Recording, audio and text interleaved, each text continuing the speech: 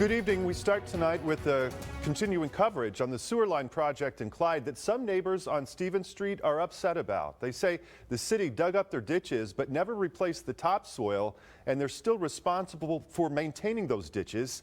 KTXS reporter Karina Hollingsworth spoke with a resident who says she's not mowing a ditch full of rocks. Jamie Johnston told me not having topsoil isn't just a huge inconvenience. The homeowner told me mowing a yard full of rocks is also a potential safety hazard, and that's why she's been fighting to have the topsoil replaced for months.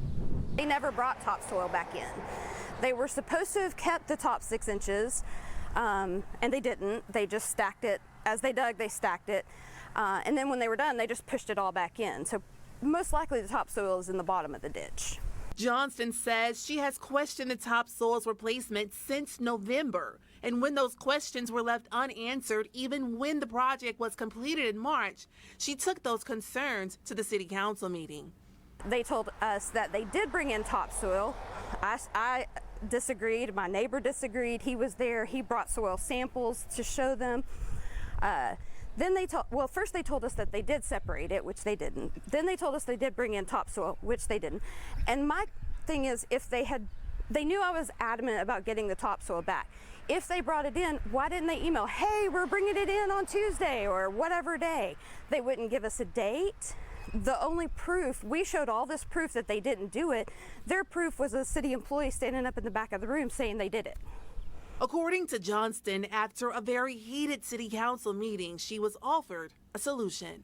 The solution that they offered to all of us was to submit damages and that they would submit it to their bonding company, the Elm Creek Plumbing's bonding company, which I don't know if you've ever dealt with a bonding company, but they're not in the business of paying out claims. This video shows Clyde City Council member Jim Rector looking at the aftermath from the sewer line project.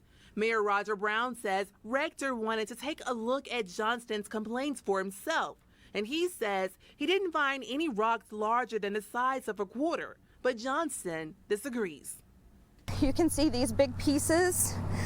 I had a rock the size of my fist the other day in here. I do feel bad that Miss Johnson, is not getting the satisfaction that she wants from the city. Unfortunately, it's beyond the city's scope of what we can financially take care of the way she wants it to be taken care of. The tax dollars that would have to be used in order to fix that to her standards, to what she wants, to what she had before, would actually be coming out of the citizens' coffers. It would cost the city roughly about $12,000 for us, for labor, manpower, for materials. And again, that's something that every taxpayer in the city would wind up paying for. And, council feels that that's not fiscally responsible. Johnston says she does plan to file a complaint with the bonding company, but she does feel that is a step she shouldn't have to take. In Clyde, I'm Karina Hollingsworth, KTXS News.